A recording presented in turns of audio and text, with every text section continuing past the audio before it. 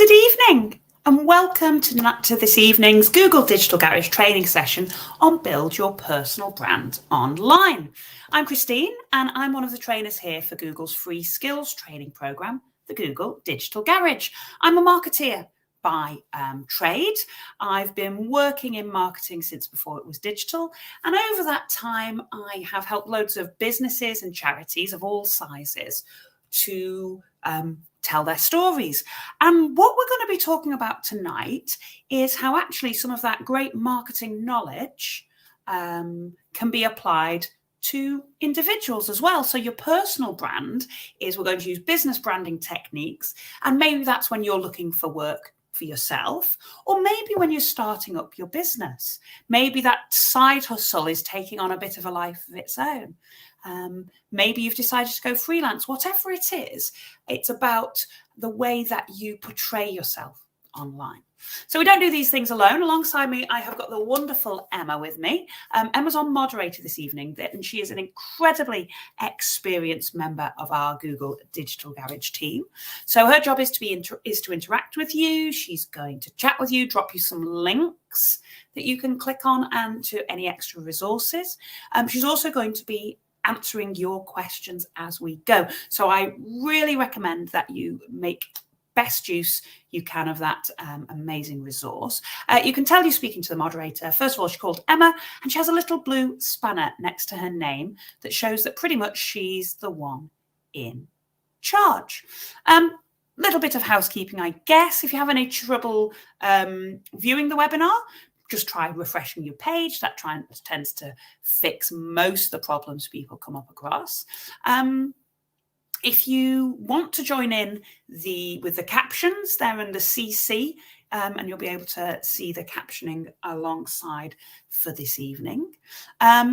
We also need to let you know that although this is going out live, we will hold this open and it will be available for you to rewatch until about lunchtime tomorrow. So you can watch along with me this evening, make best use and ask Emma all of your great questions. And then if there's a bit that you think, that's it, that's the part I need, jot down the time code.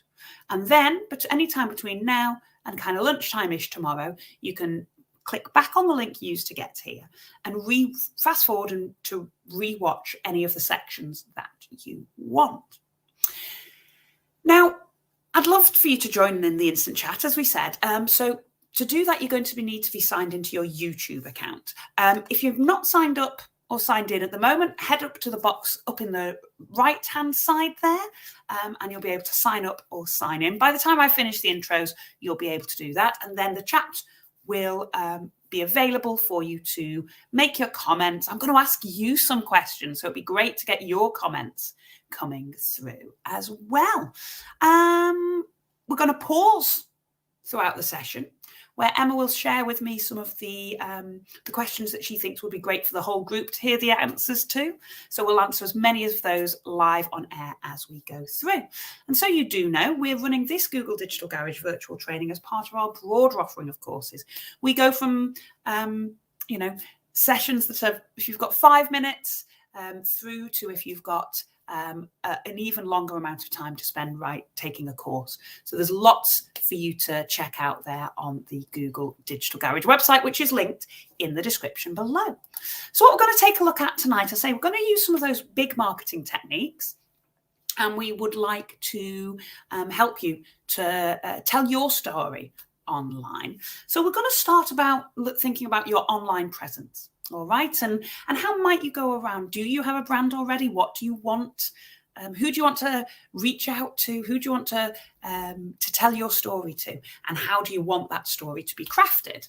Then we'll look at some ways that you can actually go about and craft that brand, tell that story online. We'll think about different platforms you might want to use. Think about how you're going to best put the messages out and tell your story to the world. And then we've got some ideas about how you can grow that, increase that online visibility. And we're always thinking about how that's going to relate back to the real world.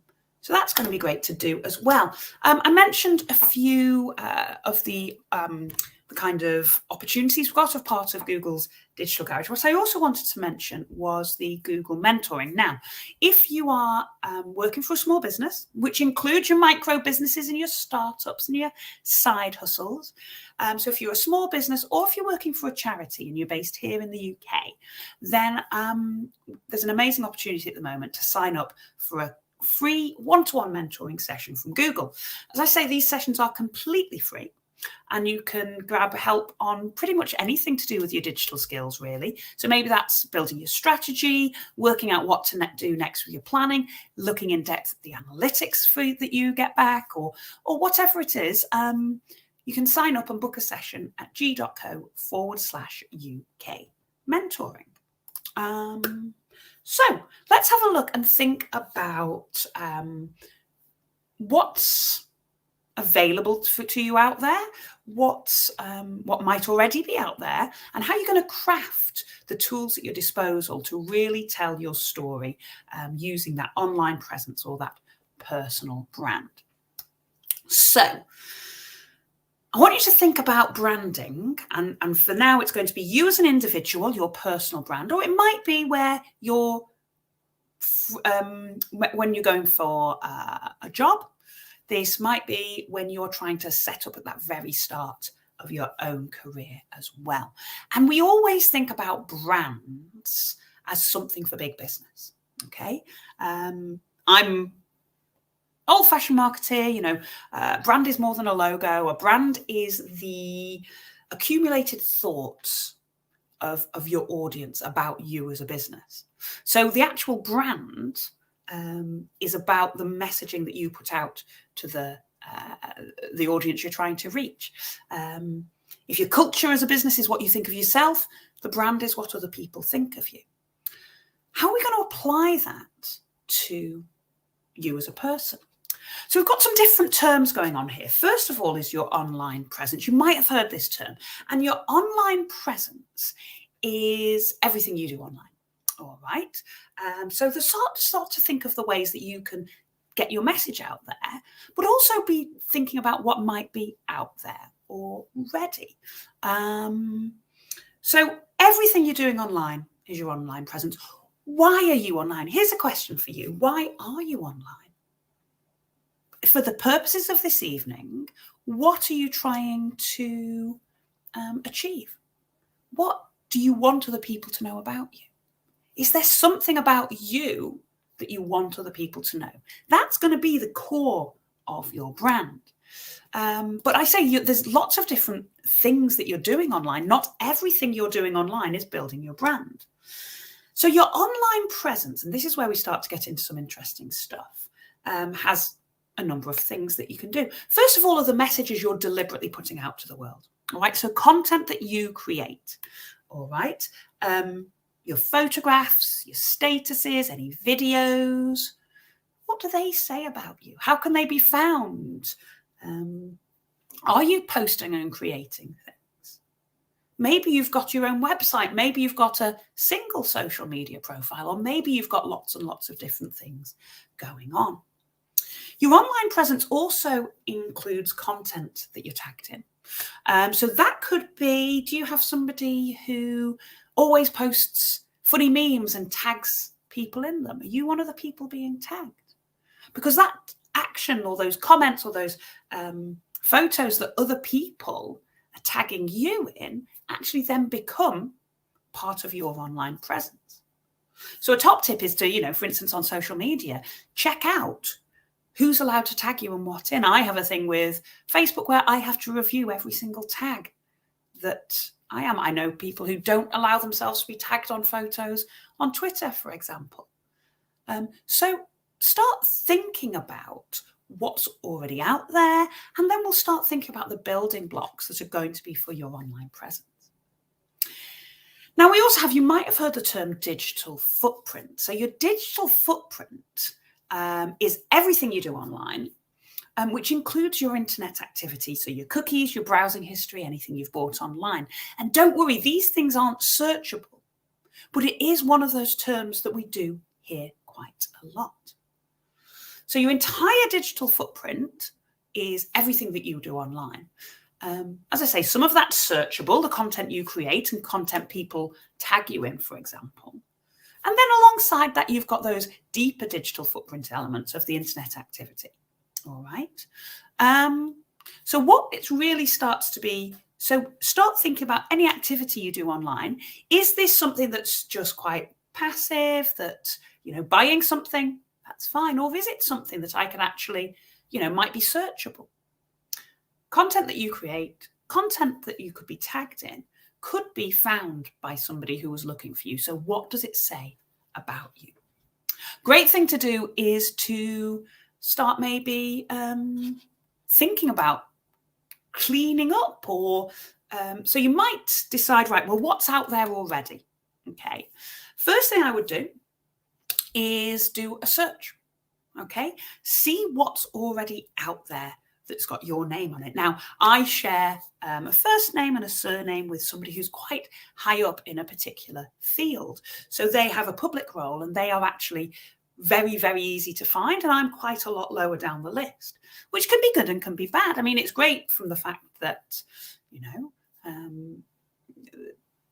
it's bad in a way, because if somebody is looking for me, they're going to find this senior person and not find me.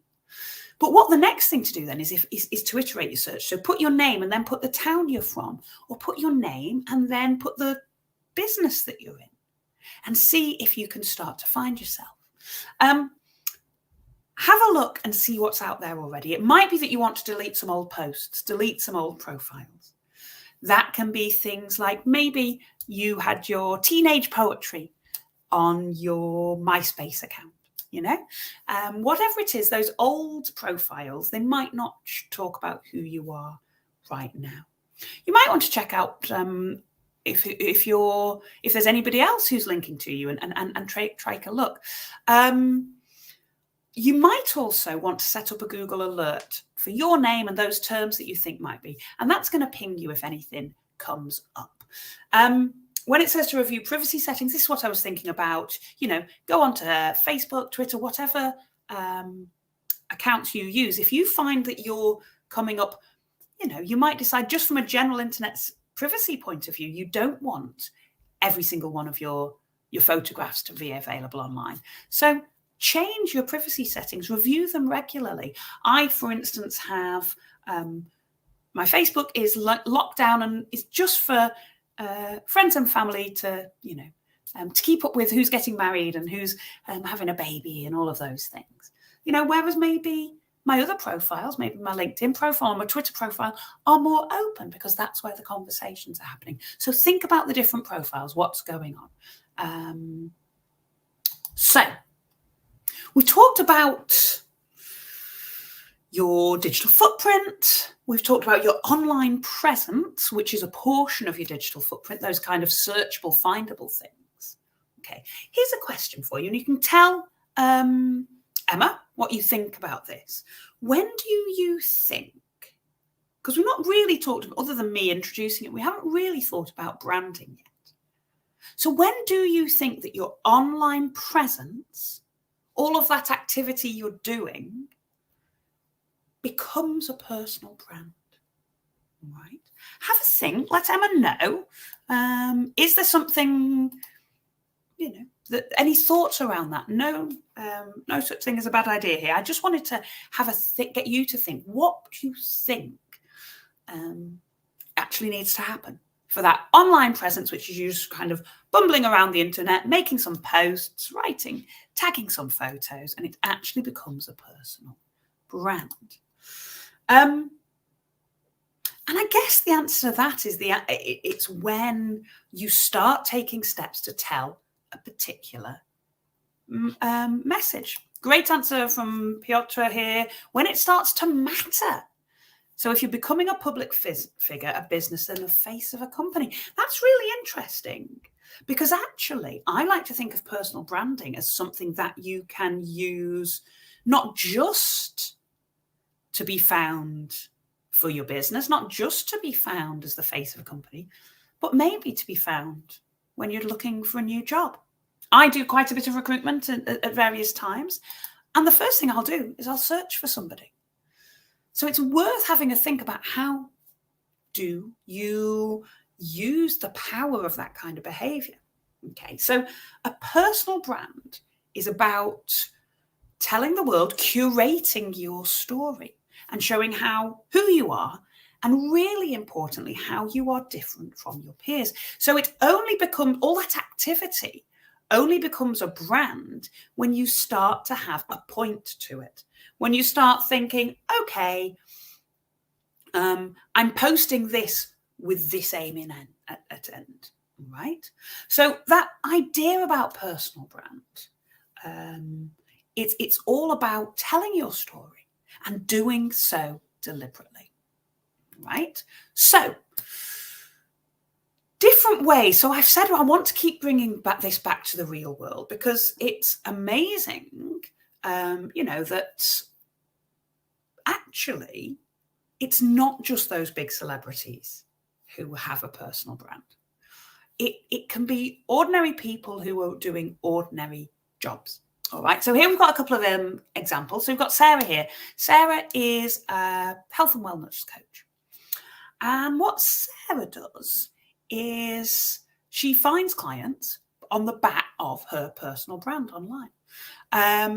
Vlogging of, fitness videos, put your workouts online, show who you are, and working as a PT, looking, maybe fitness brands want them to go and become a partner with her, use the equipment. So actually the online brand that Sarah creates as a fitness professional can actually help her to get those real clients. And that's what, for Sarah, it's, where does Sarah the person end and the Sarah the PT, the personal trainer, stop? It probably doesn't, because it's kind of seamless. So when she's talking about her personal training life, she probably also has some, that's helping her. She's crafting the messages she puts out to make sure as many people as possible who are local to her, who might be looking for personal training, can come and get involved. Here we've got Sheena. Now, Sheena started a blog in 2016. And all those food images that are being posted across social media? Sheena decided to pull those all together and start, instead of just having random photographs going out, trying to, collate all of that. And you can see beautiful images of food on Instagram. And basically, Sheena started to get both questions and asked about what tips to have, letters, people asking for recommendations.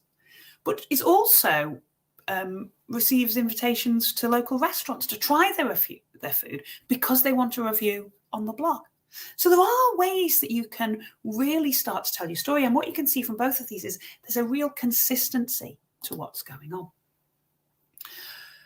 But no matter whether you're starting your own business or maybe you're going for those job applications, your personal brand does matter, because people use the internet to make decisions.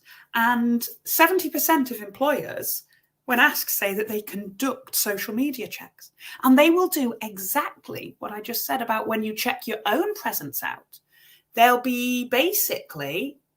in your name. They'll go to a search engine, pop in a name of somebody they've got a CV for. If that person doesn't come up straight away, they'll maybe add some details like the town or like the type of business they're in.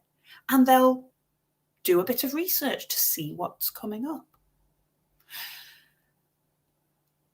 What was also interesting that in that same survey, when 69% of employers said that they do conduct those social media checks, 1 in 5 said that they have made a decision not to hire somebody because of what they've found. So it's really worth doing that exercise of tidying up your social media presence, locking down those silly videos and memes and what have you, and actually using, more positively than that, using the fact that they are going to check to make sure you tell your story in the most positive light possible. Because 90% of consumers trusted online reviews as much as personal recommendation.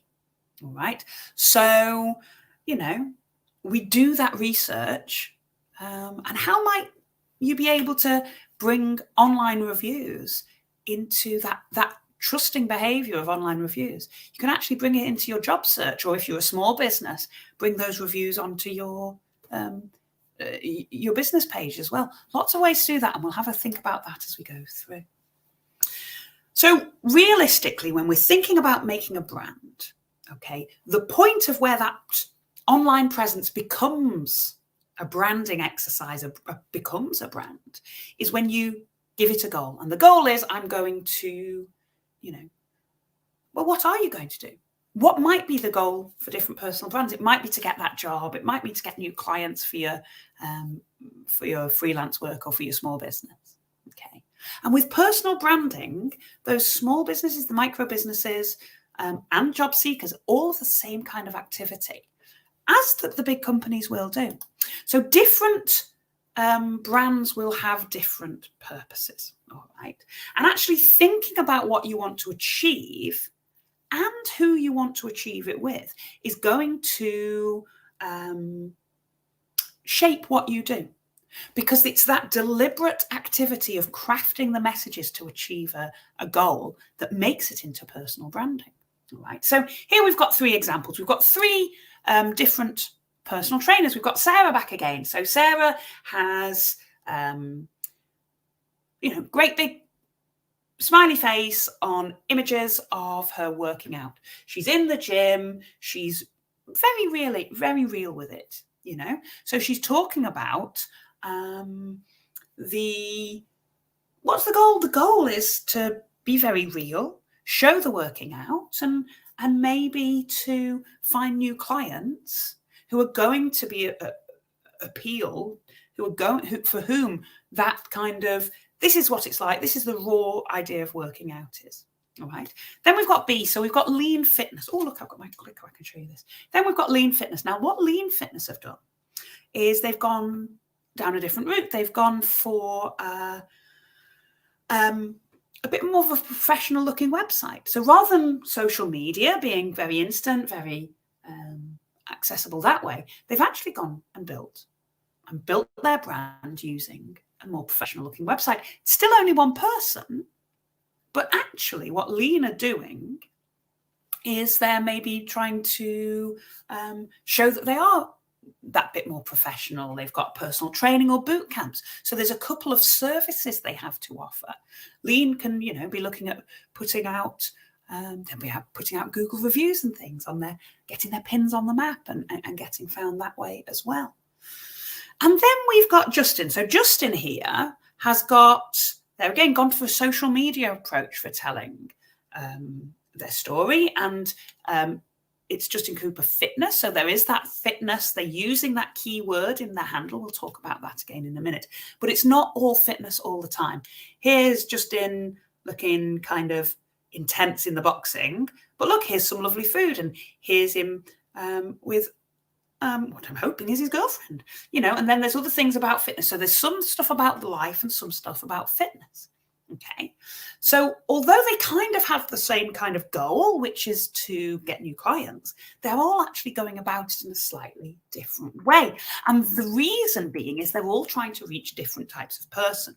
All right, so with Sarah here is looking to showcase those pretty hardcore workouts, get results. This is what you're going to get. Very raw, very real. And that idea of the satisfaction you'll get when you achieve what you achieve using social endorsements. So other people liking, other people sharing, other people commenting. Put these out to tag in the clients that she's working with as well. She's got good reach, suggests it's popular, and therefore more people are going to trust her that way. With Lean, who are going for this more quality feel, maybe they're going for people who are less comfortable with exercise. Maybe they're a bit newer to it. They wouldn't be quite so at home in the gym, but maybe they'd join in a group class or feel that, okay, maybe they're getting back to exercise. So having something that feels a bit more, easy for them to book on, getting on the, having a good quality. Maybe that's the kind of person they're reaching for. And then with Justin, he's using his human aspects to build that credibility. Yes, you're going to work out. Yes, it's going to be tough, but actually, I'm a really nice guy, and I'm just an ordinary person too. So maybe I'll relate to you. And which is the right one? It doesn't. None of them. There's no right or wrong here. What this is about is telling your story in a way that's going to resonate with the people you're trying to reach, or your audience. So adding a goal really does make a difference. When you've worked out, this is what I want to achieve, then actually you can start to craft your activities to meet it. We haven't talked about LinkedIn particularly yet, but especially for job seekers, for small businesses, it's a great professional networking tool. And what Fatima did here with her LinkedIn profile was she went from just being somebody who basically used LinkedIn to have connections and very passive, basically an online CV, to being somebody who she decided that she wanted to be a thought leader. She wanted to be found.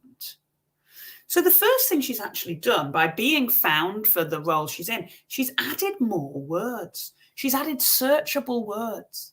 So if somebody's looking for somebody in her particular area, they're going to go to the search bar and start searching, just as they would have done first name, last name, and the kind of work they're in.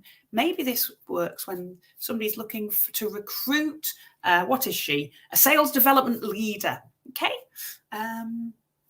Talking about pipeline, she's going to use the words in her profile, more words that match what the people might be searching for, which is actually, so by using that richer, powerful language, the language that the recruiters or the companies or whoever she's trying to reach out to will actually understand, she's basically helping herself to stand out, helping herself to be found.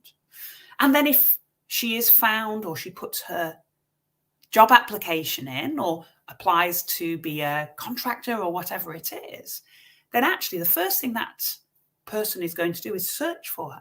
And when they get there, rather than seeing something that's fairly bland, they're going to see something where there's content, where there's thoughts going on, where somebody's showing they're really a part of that world. Okay. So that's really interesting. And she's also marked herself open to job opportunities. This is a setting you can make on LinkedIn to help you to appear in those recruiters' job searches. So if you are at the stage where you're looking for work, that's something that might be worth doing. Oh, I can see from Emma that there are no questions coming in as yet. That's fine. I don't think I've said anything too controversial as yet. But if there is anything that you want to ask, then do jump in the chat and do so. We've got another couple of pauses coming up before we end. So you do have lots of chances to get that support there. So we've talked about kind of what a brand might be and what some of the kind of technical things around it. Let's have a think about how you go about building that brand. All right. So the first thing we're going to need is that clear goal. So this is a great exercise for you to play along with at home, and do let Emma know the answers to these sections as you come up to it. So for your branding work, for your personal brand, what is it that you want to achieve? What's your goal? What's your end point? How will you know when you've won?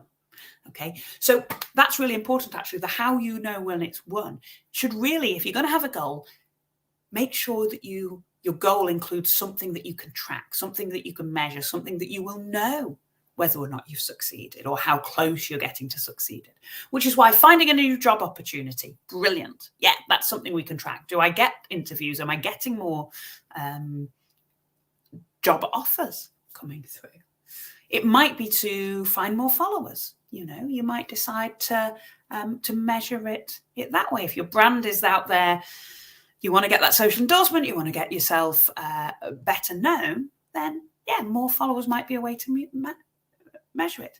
Or you might decide you want to find more clients. All right. So you can track your success, make sure that your goal has something measurable about it. All right. So have a think.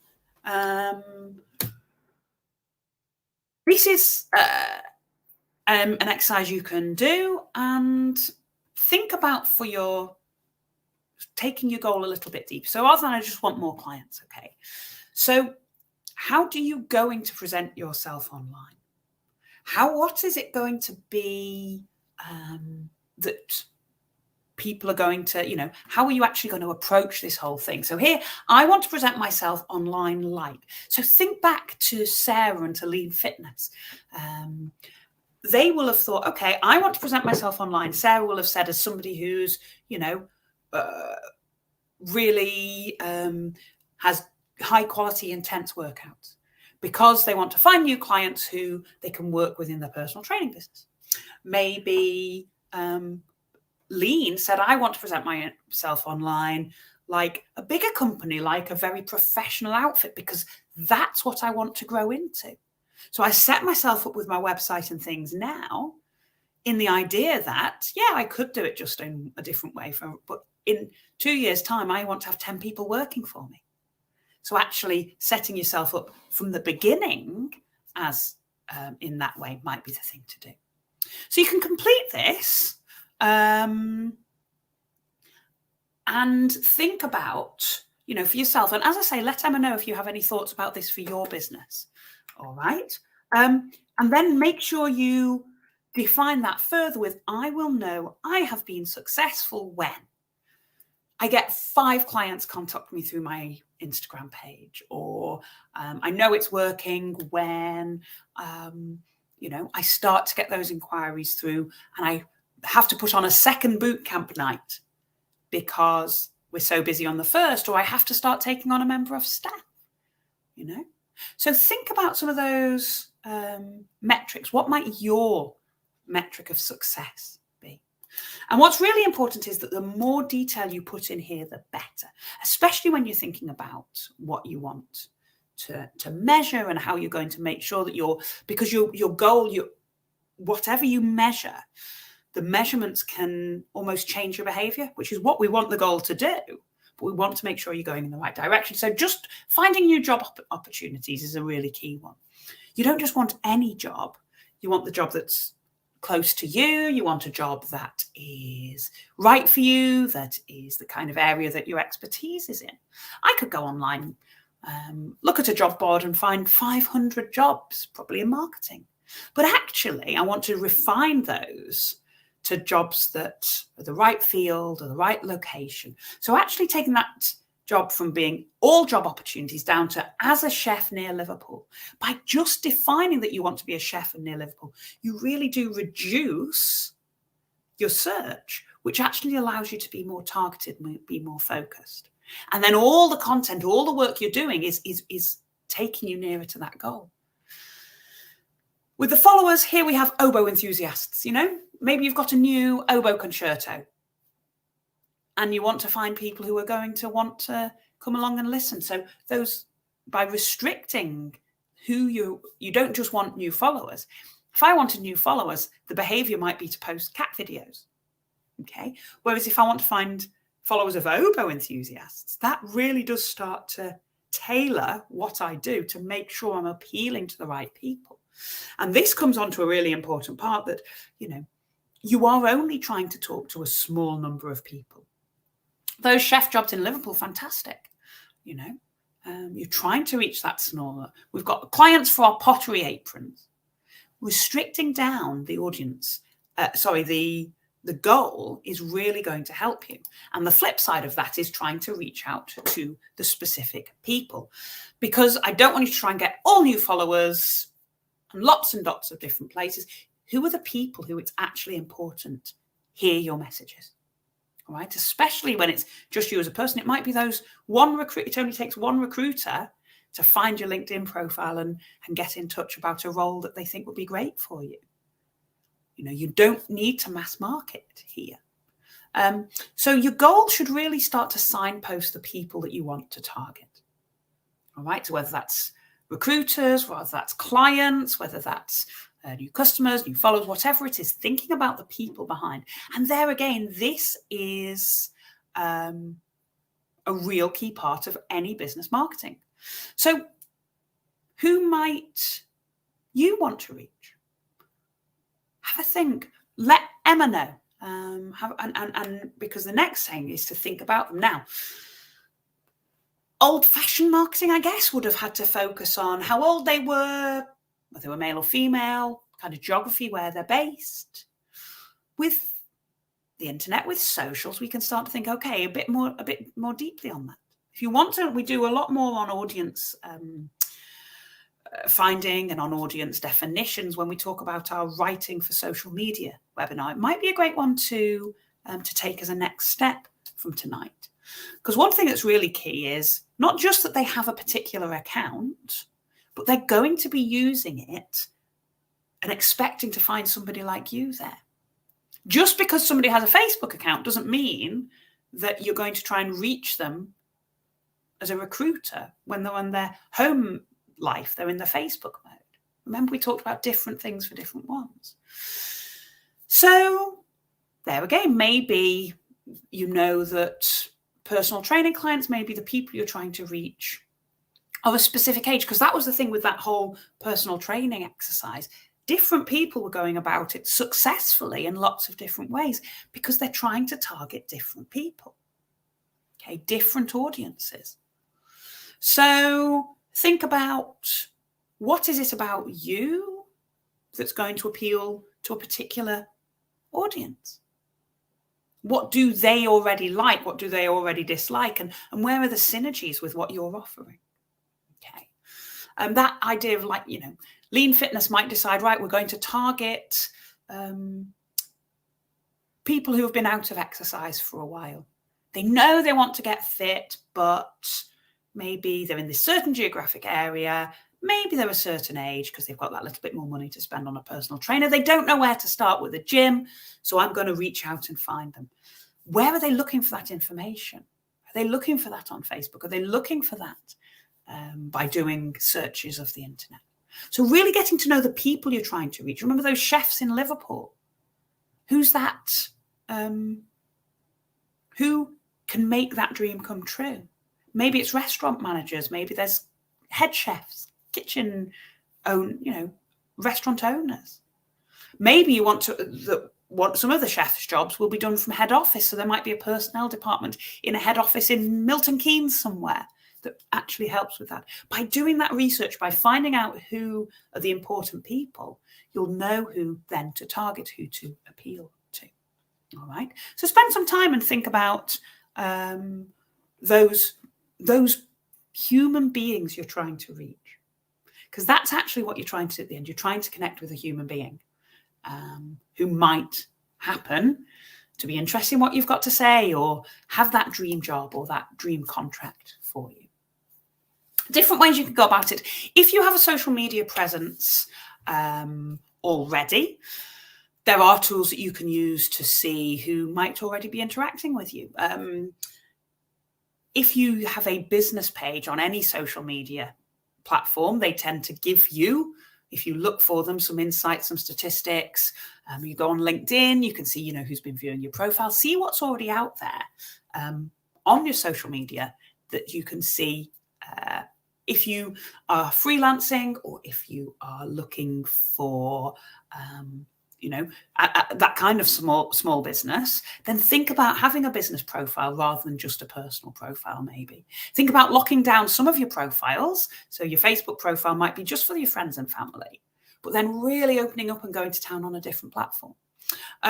So look at the insights that are available. Look at for different social media platforms will all publish kind of insight reports into the kinds of people who are using their platform. So have a look and give that a read. You can read lots of interesting stuff on this about on Grow with Google. Have a search there and see what's interesting that might be about your industry, your area.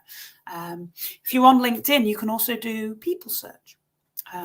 So you can look for restaurant owners in Liverpool. And that might help you to find and reach out directly to some of the restaurant owners who have got their personal, professional profiles on there.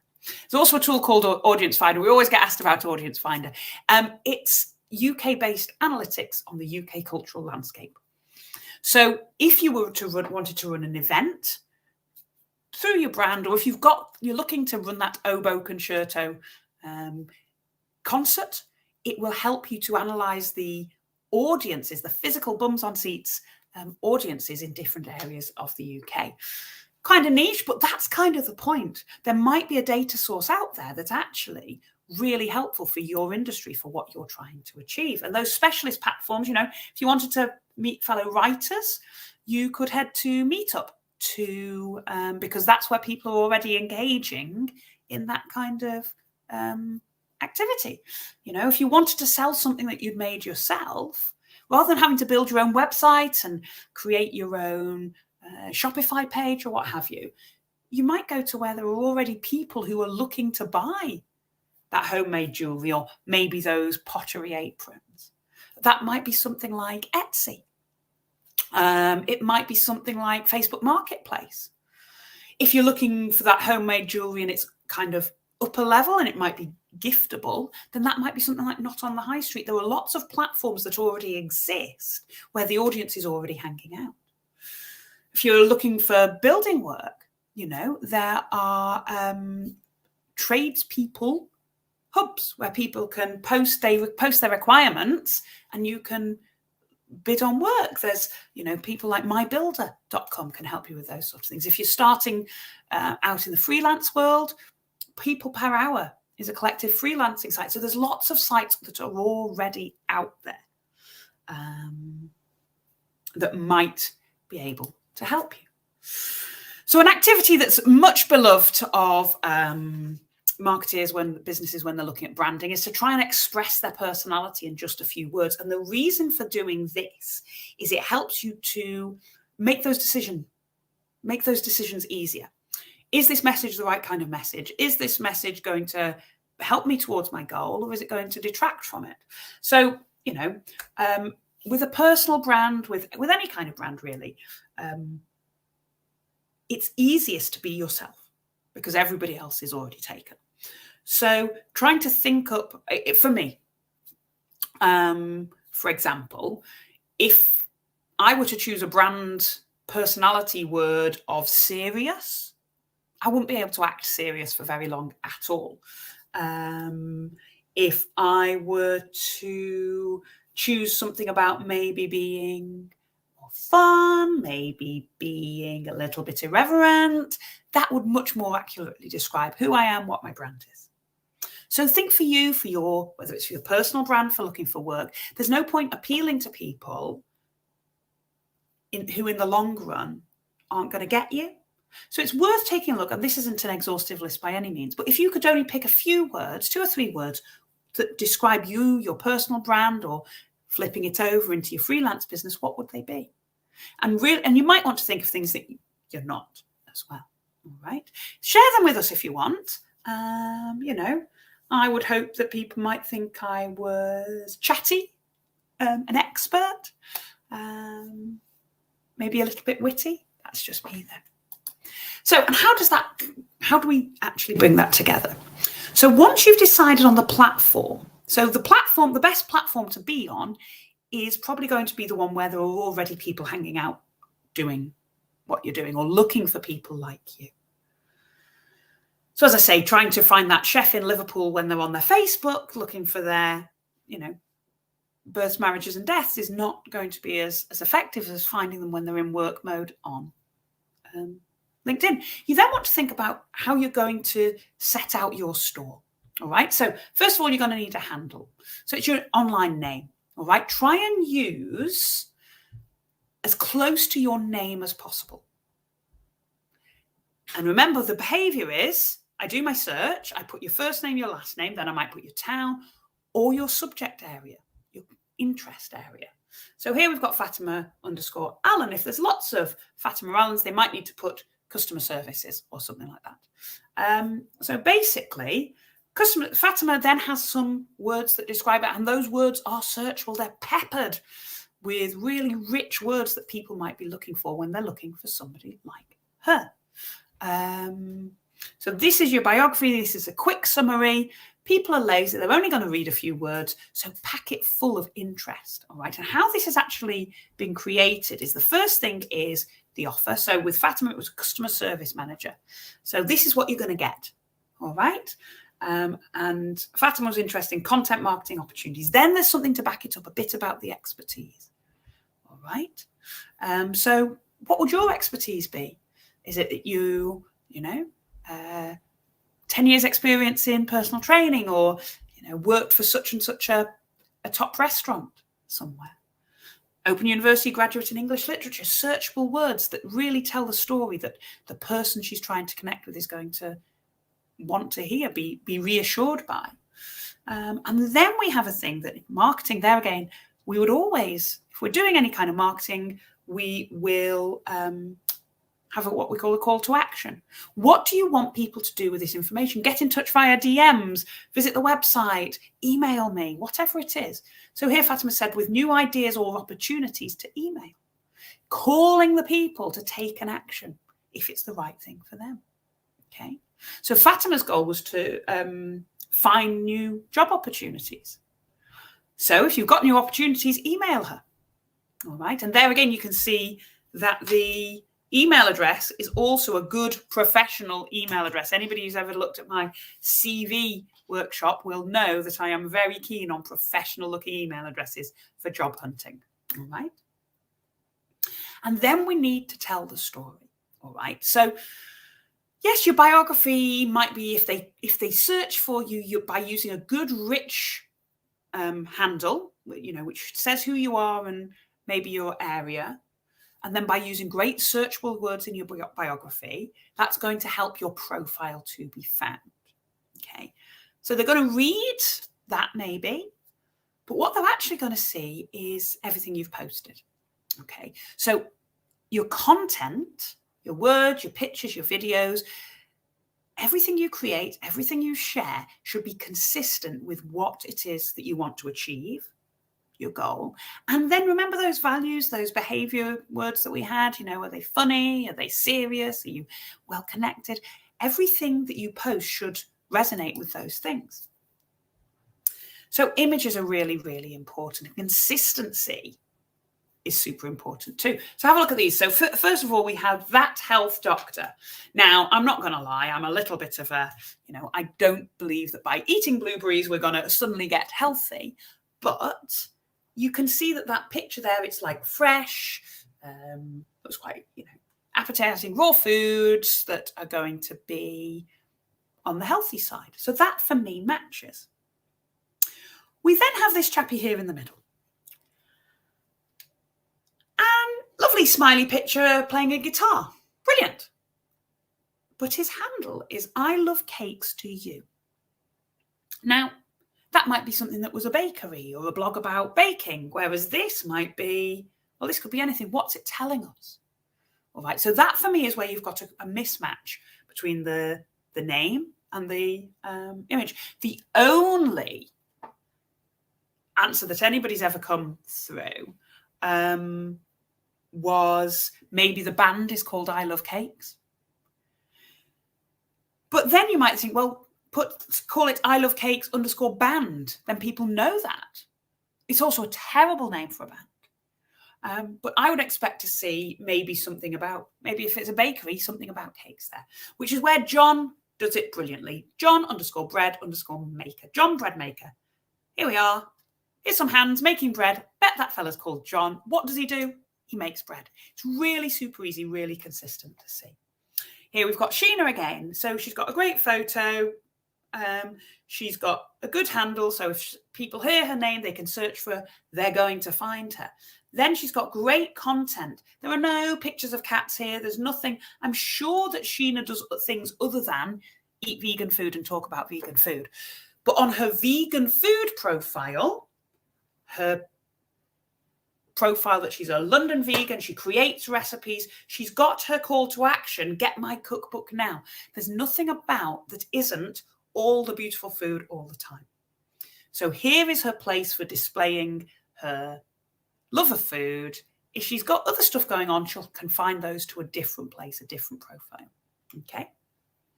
So for your homework I would say, have a think about for you, what is it that you want to highlight? Are they skills and strengths? Are they experiences? If you're going to be found for a job, what is it that you want to be found for? Start to write your own biography. Think about that handle. And then just take a few minutes to write something that would really appeal to that target audience that we discussed earlier. All right, we've got a couple of minutes just to jump in. And I'm going to check in with Emma and see what's come in. Okie dokie. Interesting. So with side hustles, yeah, we're huge fans of side hustles here. What's the best approach on LinkedIn where it's kind of unrelated to the day job? So how to appear coherent with diverse interests in one profile? I would suggest, does it have to be in one profile? You could decide that, yes, the best place, I would say IT management sounds like it's got LinkedIn all over it, but is LinkedIn the best place for your visual arts work? If it is, you might want to create a business page, a business profile for your visual arts work. If they're so far different, then you might decide to have those on two completely different profiles. Now, people are people. They do have,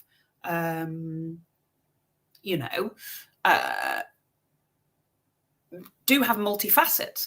But when we're trying to tell a coherent story, I'd be thinking, for my IT management, what is my goal? Where's the best place to put it? Who's my audience? And then for my visual arts work, what's my goal? Who am I trying to reach? Where's the best place for it? And you might find they are completely different places anyway. And therefore, you don't get that. Also, remember, the thumb is going to scroll past a lot of stuff.